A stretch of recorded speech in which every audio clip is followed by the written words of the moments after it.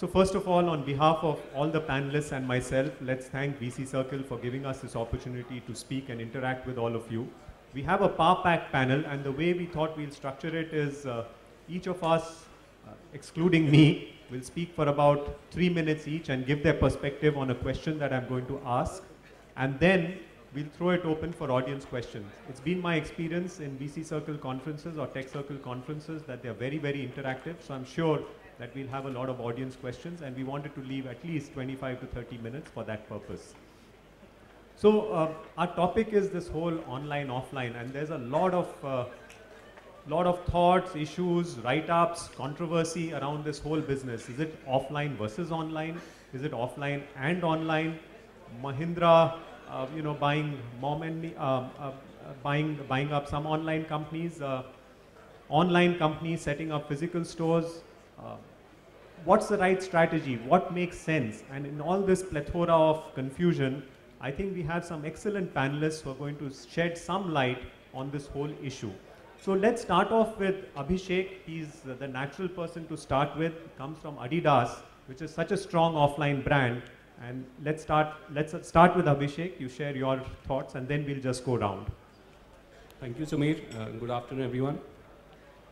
So some interesting discussions were happening in the morning, and we were talking about GMVs, valuation, $100 billion companies, top 4 or 5 internet companies today in India. Most important part for all these companies is that their GMV actually comes from brands like us. The biggest chunk of sales constitutes brands like us. And the big question we ask is that the consumer who's buying Adidas today online, is he an Adidas consumer, or is he a consumer for one of these partner sites? And this consumer centricity is at the core of the omni-channel approach, which we are talking of. So there is no gap or competition between offline, online per se. It is the same consumer who's across multiple channels today. There's a whole generation of people, 12 years old to 16 years old, who have actually bypassed the whole laptop phase in their lives and moved on directly to smartphones and social media and emails from there. These people today search their products online, buy their products online, talk about their products in social media. So that's one aspect. Now, consumer has moved to the center of the ecosystem. Some time back, it was the product, which was at the center, then became retail, which was at the center, and now consumer is at the center. And these technologies, which e-commerce has brought in, has allowed this to happen. Second thing is, we have a very big, huge store footprint. And there are tons of consumers who walk into our stores. There are hundreds of them who walk into our stores. But as of now, we don't know who they are. We would like to know who they are. And we would like to speak with them. And we would like to understand what their needs are. So the consumer experience part of it. And the third most important thing for us today is that because of our huge store base, we want to make our retailers into e-tailers. It is their inventory which we want to sell online to somebody who's shopping online. Is their inventory we want to sell, but somebody who's looking for an experience can go to one of our stores. So online becomes a medium of convenience, and the offline becomes a medium of experience to us. So per se, it's a mix, because the consumer is across channels. It is not a gap, it is not a competition, and a brand like us has to be where the consumers are today. So. Thanks, Abhishek. I think you got an excellent perspective from a company that's been in the traditional offline for so many years and is now moving, and the perspective was the consumer is important and where he is. I think the panel has been structured in a beautiful manner because Vikram, Gaurav and Falguni are all e-commerce players, but they all have an offline presence. So you're going to hear their perspectives on what's working, what have they seen from that omni-channel experience. And then you have Dippak here, who actually serves all these players in the mobile marketing. So I'm sure you're going to get now a diverse and a very rich set of experiences. So Vikram, if you can share yours. Good afternoon, everyone. I run Fab Furnish.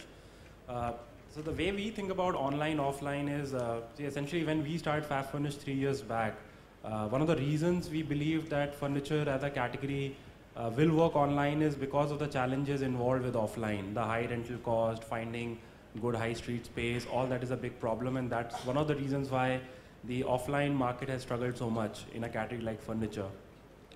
However, as we started running furniture business on Fab Furnish, we realized that one of the very important things we are doing is building a brand in this category, because essentially we are working, all the products that we sold were private label. It's something that there are no third party brands like Adidas we could source from in our category, unfortunately.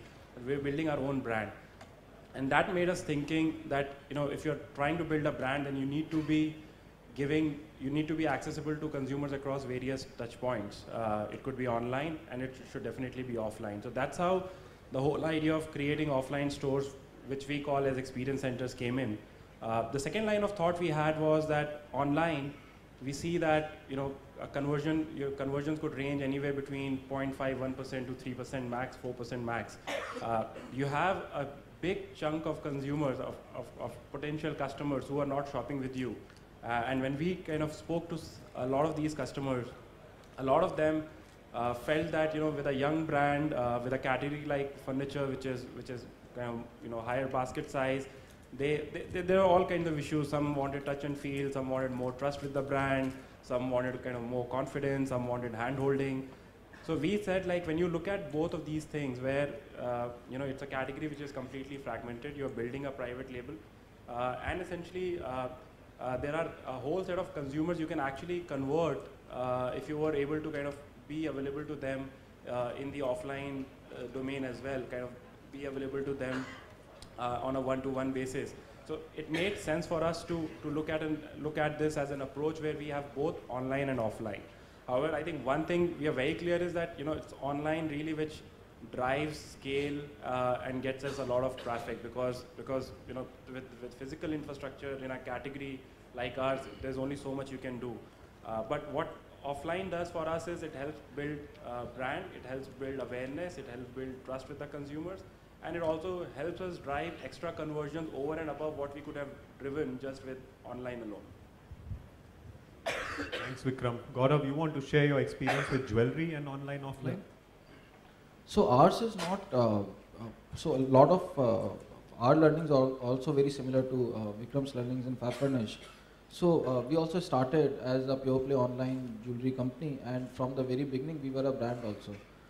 What we had observed over time was that people were loving Bluestone for all the designs that we had and the option of kind of browsing jewelry. So for the first time ever, people had an option to browse for thousands and thousands of rings before making a single purchase. So there were women who were spending 2 months, 3 months online, browsing each and every ring, but they were still not able to go the whole 9 yards when it comes to purchase, because many of the people are just not used to buying a 50,000, 70,000 rupee item, that too very intangible item. They have lots of fears in their minds, especially when it comes to jewelry. The value of trust goes even higher. So, I mean, how do I trust a brand? How do I trust a player who is not even there in the physical world? The moment I close the lid of my laptop, it's gone. Who would I go to if something goes wrong? So, to answer many of these questions, we opened guide stores in 3 of the cities: Bangalore, Bombay, and Delhi. And these are not high street stores. So the idea is not to get the new traffic or new sales through these guide stores. The idea is to give a physical comfort to the same people who are browsing online. So to that extent, you can think of that guide store as the 5th step in the checkout process. So I mean, we all know the standard 4 steps in the checkout, but many are people who are not able to make the purchase online. We invite them to come visit our guide stores. It provides multiple advantages. One, they get a comfort of a physical entity where they can go to in case something goes wrong. Secondly, because jewelry is a very intangible category. What you it's a photograph that you're essentially seeing. It's not a specification-driven category. Not like dual SIM card and this is the size and this is the megabyte and so on. It's a beautiful product. If you fall in love with that product, you buy jewelry. So one of the biggest apprehensions also is what I get. Will I get what I'm seeing on the website? So once they come to the guide store, they see they see that, okay, whatever is displayed on the website is pretty much same as what is pretty much same as the physical piece also. They get a lot more comfortable. When they've spoken to someone for half an hour, they get a lot more comfortable. And so it helps tremendously in closing many of the sales that have been initiated online. So to that extent, the interaction that started online gets it's kind of carried forward to the guide store, and then guide store helps us in closing many of those sales. Thanks, Gaurav. And Falguni, if you can share your experiences in the beauty space, that would be great. So when I run a company called Nykaa.com, when we were starting, it's an online retailer for beauty products. And just some of the thoughts that Abhishek shared also went through my mind, that when digital companies, e-commerce companies have a digital advantage, they understood digital way of marketing quite well. But as brands themselves start considering going digital on their own, where do e-commerce companies stand? And I was quite also convinced about multi-brand retailing for beauty products. I think as a category, beauty products is better sold through a multi-brand outlet rather than their own stores. And one of the genesis of Nykaa was to become a multi-brand retailer for beauty products, omni-channel, both online and offline. However, right now, there are lots of advantages of online. You can have your catalog, which can be very, very wide, and as a result, digital learning can be much easier than trying to teach all that in every store. So a lot of advantages like browsing that Gaurav talked about, also digital learning, which is all possible online. So leverage online a lot, but eventually also have store presence. So we already have one store in Delhi Airport. The plan is to do more of destination and large stores, not really the neighborhood store. And some of these decisions actually come from the category that we are in. And the category kind of speaks to us. And even when Gaurav was talking, it was like, in a way, it resonated with me, because I've been always saying that Nykaa store should be a destination store rather than in a mall. And it's coming from the fact that I see it as, letting our customer who are coming, a lot of customers are coming digitally online. You cannot get so many footfalls easily in a store. You take them into your store and make them experience more. So as the last step that Gaurav talked about is how we are also looking at it. So many of the thoughts are similar, and a clear believer in omni-channel, which is a combination of digital and physical, and leveraging the benefit of both. Thank you. Thanks, Falguni. So Deepak, as a person you can take the sort of top level view or the outsider view, because you serve a lot of these e-commerce companies and omni-channel companies and brands. It will be fascinating to hear your perspective on this topic as well, and your experiences. Thanks, Samir. So, when I look at it as an external person in the ecosystem, we are a mobile marketing platform, and we work with various kinds of brands, whether they are online first brands, whether they are brands which have an omni-channel presence. I think the point I want to make here is that whatever you are, I think each company is trying to capture an economic value. Okay, whether they do an online only presence or they do it through an online or offline presence. Now, over time, what we are seeing is that the way companies have been capturing economic value has been shifting. It started off first with, companies with infrastructure, factories, so that's where, you had economic value. Then it moved to companies which had IP or brands. Yeah. So economic value started shifting to them. Going forward, what are we saying? Where is this economic value going to shift to? Where does it move into? Which companies would capture that? In my view, companies which have phenomenal amount of data and insights, are the ones which will capture economic value. That's going to really drive, the success of that company. So whether you're an online company or an offline company, data is important. Just to kind of, emphasize and push this thought further, let me take an example out here. If you look back in 2003, 2004, most consumers in India, when they were looking for matrimony, so the economic value of classifieds rested with newspapers. Yeah, they were the ones who were capturing the need and the advantage of that part. Then came the online ecosystem. You had companies like Shaadi and Naukri. They came into the market. They collected all the data, organized all the data, and consumers shifted, a preference to places which to places or to destinations which had that data set. So the economic value of classifieds shifted from newspapers to online classifieds. Over time, we saw the next category which emerged in the country was travel. They solved the problem of price discovery. Consumers were always dealing with the challenge of where can I get a ticket at the right price, so on and so forth. So there again, we saw that shift happening. As consumers became more and more experienced or started seeing more of digital, in the last 3-4 years, we've seen this extending to e-tailers. So e-tailers came into existence. They picked up a lot of data, catalog data. Gaurav just mentioned a point about that when someone is coming to Bluestone, they get the advantage as a consumer to see lots of SKUs at variety of price points. Deep down, what is that about? What is that behavior about? There is a consumer who's looking at data and he's consuming all the data there. So fundamentally, now the e-tailers are doing that piece. So what happens is conventional brands which have been engaging with customers in the real world, and now they are seeing the same customer is also in the digital world. If they want to, or whether it is an online only brand or whether it is a conventional brand, my view is that companies which are able to capture data as a vital economic input into their systems are the ones which will be able to exploit that opportunity, for their companies. So brands will get built out of data. And I believe that there is a lot of data. I was talking to people at Fashion Bazaar. I was talking to this gentleman called Sandeep Tarkas, and he made a problem statement. He said that, we have 2 crore customers in the country who come and generate an X amount of ARPU with us. I have about, X number. I have about 2 lakh customers who transact with me at a value of close to about 1 lakh a month. Okay, and I have this other base which is on an average transacting with me only at about 5,000 or 7,000 bucks.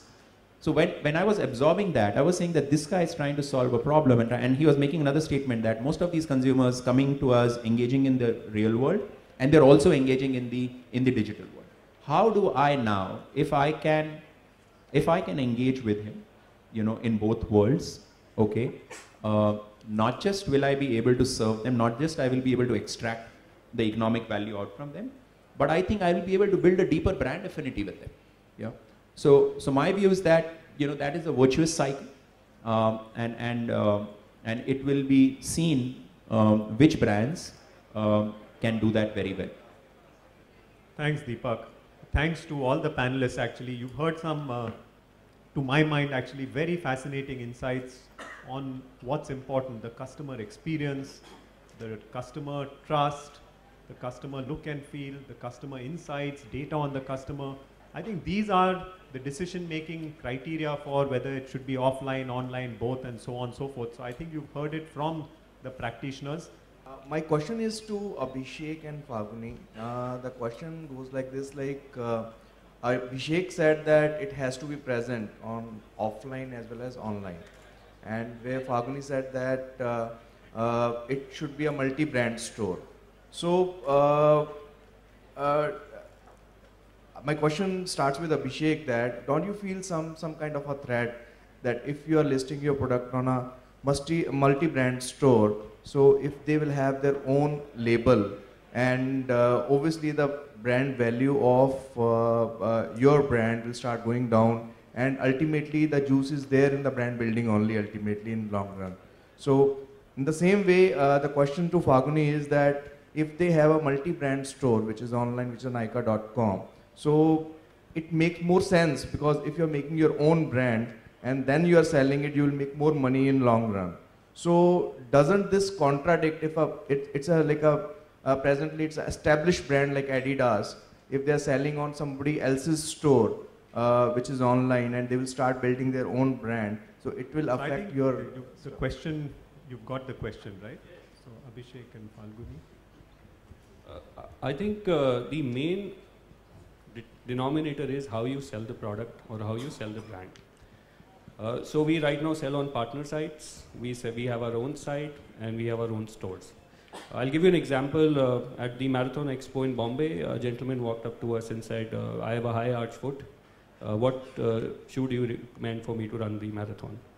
And we said, you can this is the shoe you need to buy, and you can buy on shop.adidas.co.in right away. Right? Similarly, if the same gentleman had gone to a partner site and maybe put this question, they would have said, sorry, we sell Adidas, but we sell it like fashion. So, and if similarly he would have gone to a store, he would have got a different experience. So the key here is what consumer is looking for and what kind of experience he derives. We don't see any threat per se from private labels, because at the end of the day, the R&D and the technology which goes into an Adidas or a Reebok product is something which no local player can map, and anyway private labels are sold at MRP which is significantly less. Our even range even doesn't start there. So that definitely is not a threat, but multiple channels give multiple experience to the consumer, and the consumer now has a choice to approach any channel to buy our product. A lot of our brands prefer both formats. Some of them have their own stores, but most of the brands want to be in a multi-brand store, because that's how beauty is sold worldwide. So a lot of it is in multi-brand stores, and they clearly need to be in multi-brand store, and that's clearly a need in beauty category. And I don't think brands feel threatened. So like if you look at Sephora, they have a lot of their own brands also.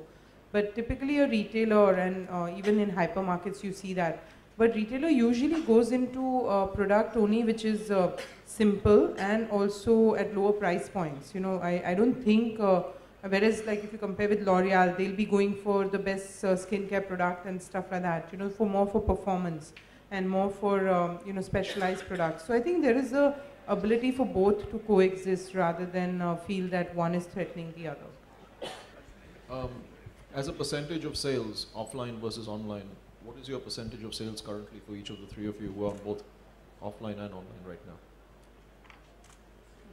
All three of you. Sorry, all three of you, the percentage of sales offline versus online currently. There are 4, so which 3? All All 4 all of you, 4, okay. yeah, sorry. Falguni, you can start. For us, offline is very small, so negligible. So in our case, so okay, we have an intermediate level also. So in case of jewelry, what happens is people have, when they're buying jewelry, they have lots and lots of doubts in their head about what is white gold same as platinum, what's the quality of diamond, how does it vary, will this stone do something to me if I buy, if I wear it on this finger, and so on. So a lot of people actually speak to us on phone and on chat. So that way I'll break it up in 3 parts. So of overall sales, almost 60 to 70% people buy from us after they've consulted with one of our folks. So out of 100% of sales, almost 70% sales come after consultation, and of that, almost 20 to 25% convert offline. Yeah. Vikram? So yeah. So we look at it similarly. See, in terms of stores, we have only 4 stores today, which, you know, in terms of the footfall would be very small as compared to the kind of footfall you would get on online. But the point is that out of every 10 consumers who step into our store, 7 or 8 already know about us, because they have browsed Fab Furnish before, and out of those 7 or 8, you know, 5 or 6 end up buying. So the conversion that we get at the store is very, very high. And as I said, it helps build a lot of brand trust and awareness. So if I were to directly kind of correlate brutally, okay, how many people were at the store and what the revenues are, of course that number will be less than 5%. But in terms of if I were to look at the conversions it aided in a way, I think that number would be way higher. Yeah, for us, the online portion of sales is not very high because we have a very big retail footprint in the country. But ideally, what we would like to measure is consumer engagement more online and in the digital space than sales, because we've just started down this path. Yeah. I would just add to it. So when I said 20% of sales converted offline, that does not mean that those are offline sales. So had I not had a website, I would not have had those sales. So it's not offline sales, online sales that got converted offline. So I think there's a very strong influence between offline and online is the message you're getting. Yeah, this side. Hi, my name is Anand. I represent a company called Theo and Ash. We're a fashion label for leather jackets and leather products. So my question is one to Ms. Falguni. For your online channel, so you sell different beauty products. Let's take deodorant as a category. So does Flipkart, so does Snapdeal. So what was your unique value proposition to differentiate yourself from these players? And probably your online thing can be differentiated with your in-store experience, but offline thing can be differentiated with your in-store experience and your salespeople. But how did you achieve it online? And my second question is to Samir sir. Would you invest in a vertical niche marketplace at a seed or an idea stage like that? Okay, so I think Nykaa offers a collection of beauty products which is unparalleled, and it doesn't really exist on some of the horizontal players. So we brought in a very wide collection. We also had we were very customer centric. We had customer in mind. We cataloged our stuff in with a lot of concern and a lot of additional information so that they could search products by concern.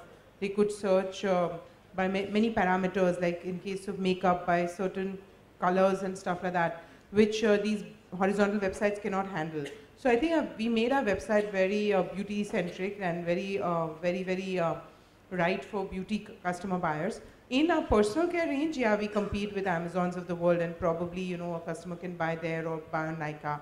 But what we see at Nykaa is it's a very impulse category. As customers learn more, we have a lot of content. We have an online magazine. We have experts online.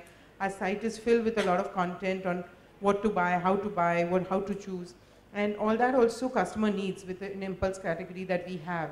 And as a result, we find that number of items in the basket for us is 4 or 5. And during sale, it goes up to even 15 and 20. So we see the consumer behavior that we were hoping for. And coming to footfalls, like even for us, the number of footfalls we get on the site, we cannot get in our physical store. So for most of us who start with a website, we are going to rely on physical store as an added experience, because we don't have 1,000 stores overnight. And as a result, the footfalls on the website are far more than in our physical store. But in the physical store, we want to provide experience of touch and feel, which you can't get on the website. I completely agree. Fair point made by Abhishek that a consumer is buying an Adidas brand, whether he buys from an offline channel, online channel, it doesn't matter. But have you seen any risk from online sales cannibalizing the sales of the existing offline channel? And how do you tackle that situation? And secondly, if businesses grow from current levels to 10x or 20x in the next few years, do you think the offline channel will grow in a similar proportion for all these online businesses, or there will be some cap, or there will be some level of mix which we will like to maintain at some point in time? So on the question of cannibalization, because one, our online business currently is not very big and our retail footprint is very, very large.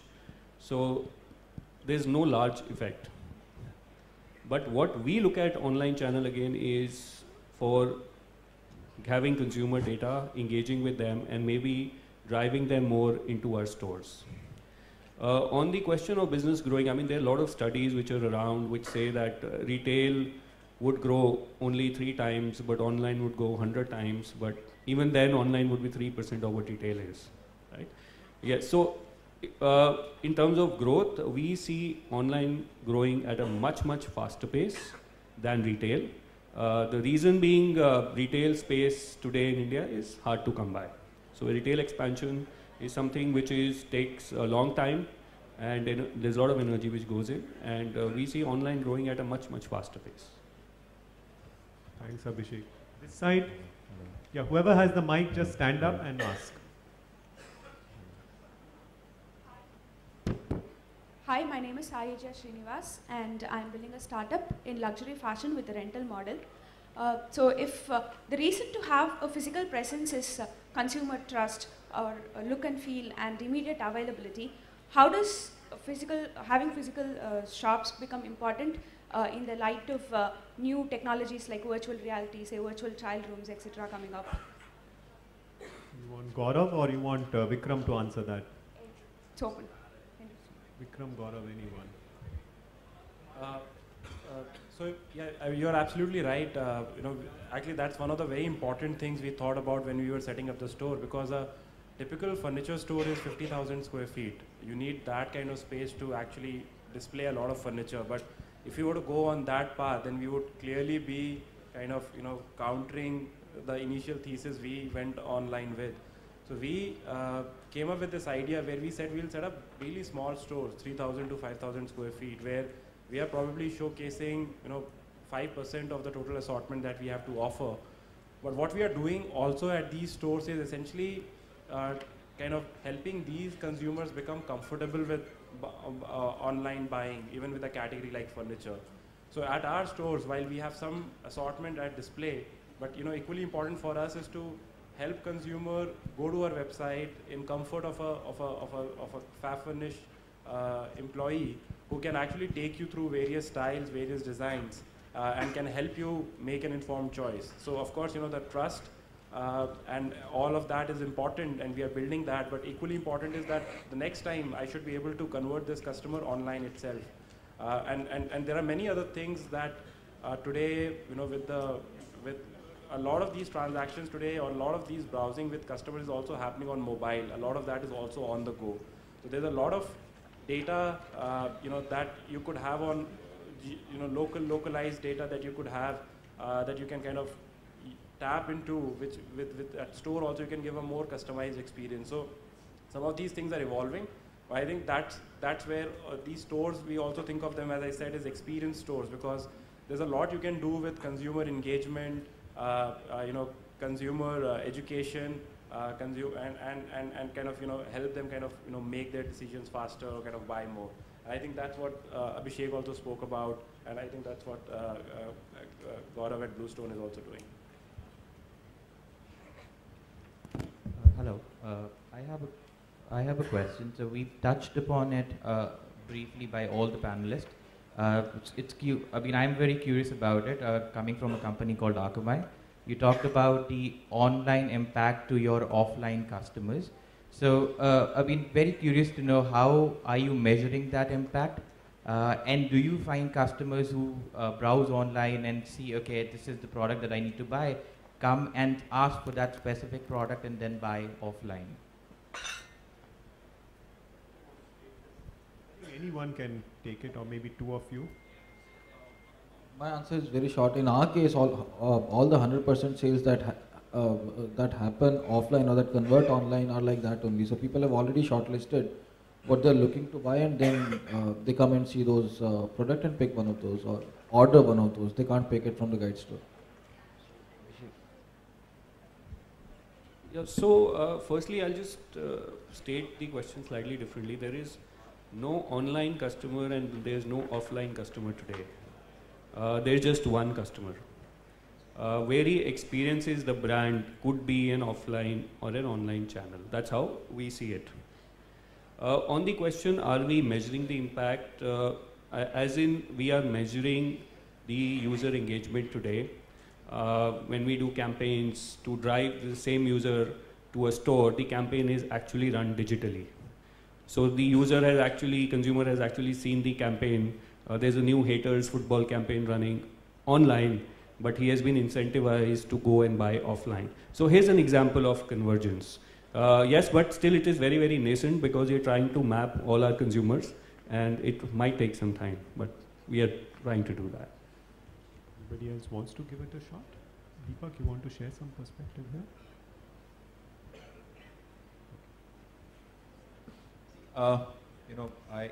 My perspective on that is really, we work with some marketers, and I'll take a case in point here is that a couple of categories here, we work with telecom operators, and I was making earlier on a point with regards to data, and how data can be tapped to, generate a sale or a transaction.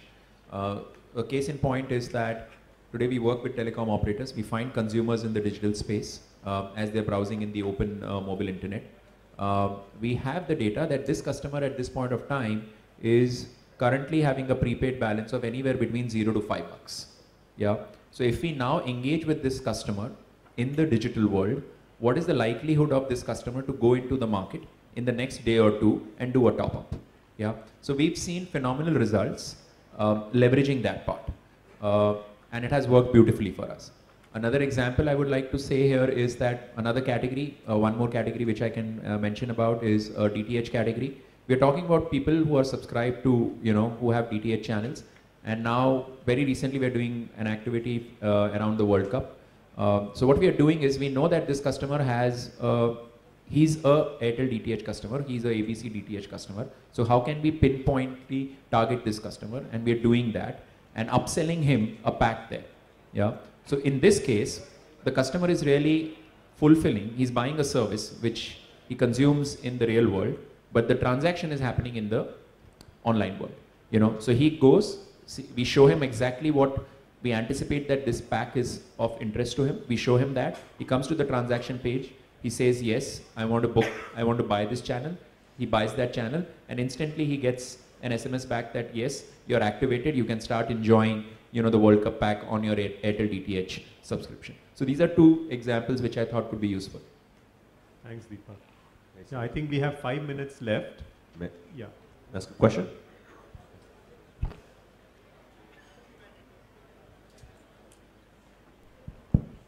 Yeah, my name is Rahul Chadha. We run a portal called religiawellness.com. I just want to ask, since some of the players have both an online and offline, and you look at some of the P&L lines, what excites you in the P&L lines of both the online and the offline, and what scares you? And plus, is there anything that you derive from the offline P&L which acts as a stop loss on the discounts that you provide in the online? What excites you and what scares you in the offline and online P&Ls? Are you all measuring separate P&Ls? So I think online what is exciting is that, so what is wrong in the sense what is currently troubling online is that the cost of customer acquisition is very high. But however the scale that you can get can be phenomenal. I don't think people like us who are starting with first few stores, we can even dream of 1,000 stores right now. So the scale that we can get online right now is just far amazing. And definitely in the physical store, you do have the rental cost, you have the people cost. And those numbers in online space are very, very manageable. And the scale would bring a lot of profitability, provided you can get the cost of customer acquisition under control. And that's where the whole value creation in online happens through customer retention and long-term value of the customer. And that's what people are building out. And digitally, the ability to connect and stay in touch and upscale and sell more, everything is phenomenal. So I think that's the whole thing that excites me. Yeah, so we don't have an option of an L. We're not a VC-funded company to grow 10 times in 1 year. That's on a lighter side. But what is most exciting for us is to measure the LTV of a consumer. And earlier, each consumer interaction was isolated and unique. And we could not say that if that consumer had come again to our stores and what did he buy. And this is what we are able to do now. And what it tells us is, again, the consumer engagement with the brand. Then it moves on to which store offers him the best experience, where he is going again and again, whether it's online or offline. It also tells us what merchandise he is buying and what his buying behavior is, and the likelihood, if we are supposed he's bought a running shoe from us, and if we launch a new running shorts, the likelihood of targeting a consumer vis-a-vis doing a broad-based marketing campaign. So these opportunities which are being created for us in the way we sell and market our products is, I think, one of the most exciting pieces in this. Thanks, Abhishek. Hi, my name is Vineet and my question is directed to Gaurav. Gaurav, you had earlier mentioned that you have a significant percentage of your customers who you bring them on with chat and call.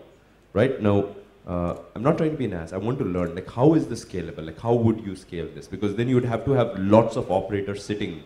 If you 10x your customers, you'll need to at least 5x the operators sitting on chat and call. How do you do that? So, okay, so had I been selling, let's say, USB drive or some 200, 300 rupee item, it would not have scaled, I agree.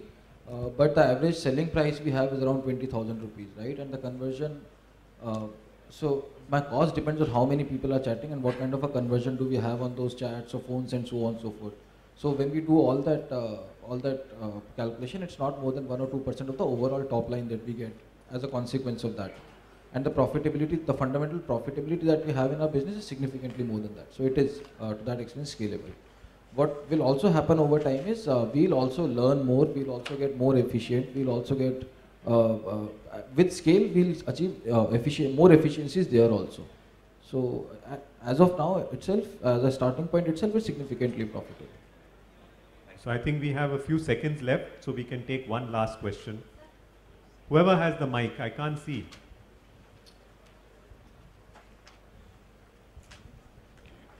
Thanks for taking my question.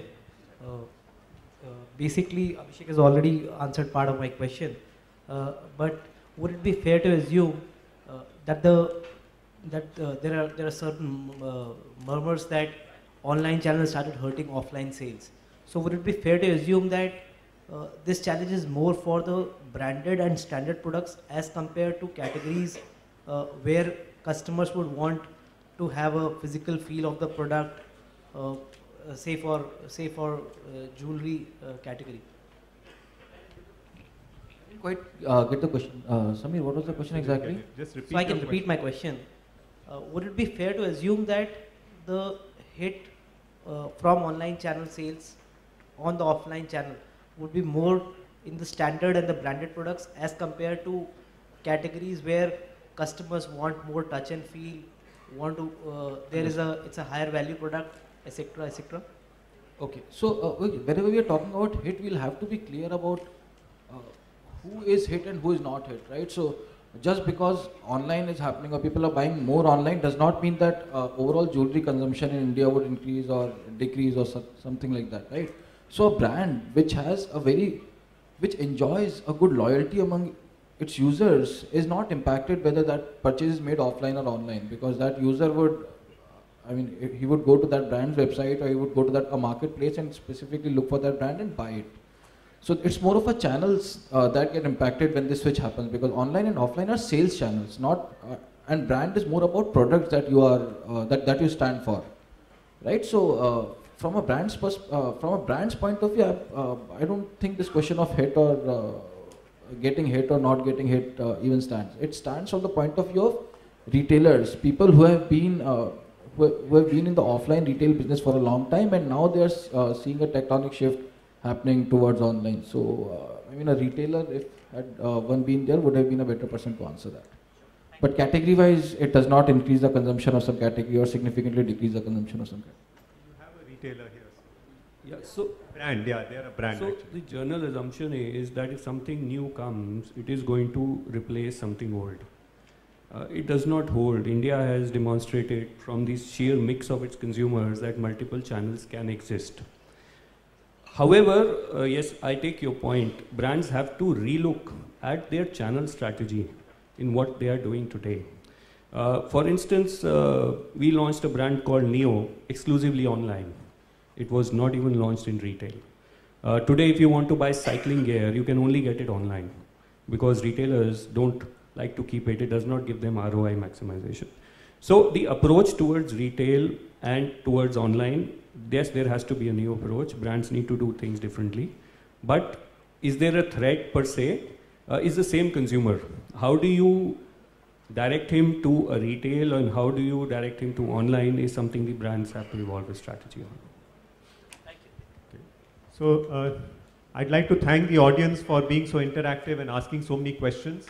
Thank the panelists for so frankly answering them. In fact, I'm pleasantly surprised. Sometimes when we ask the entrepreneurs questions, they don't share the data that they've shared with you here today. So I'd really like to thank all of you and thank VC Circle for setting up this panel. Thank you.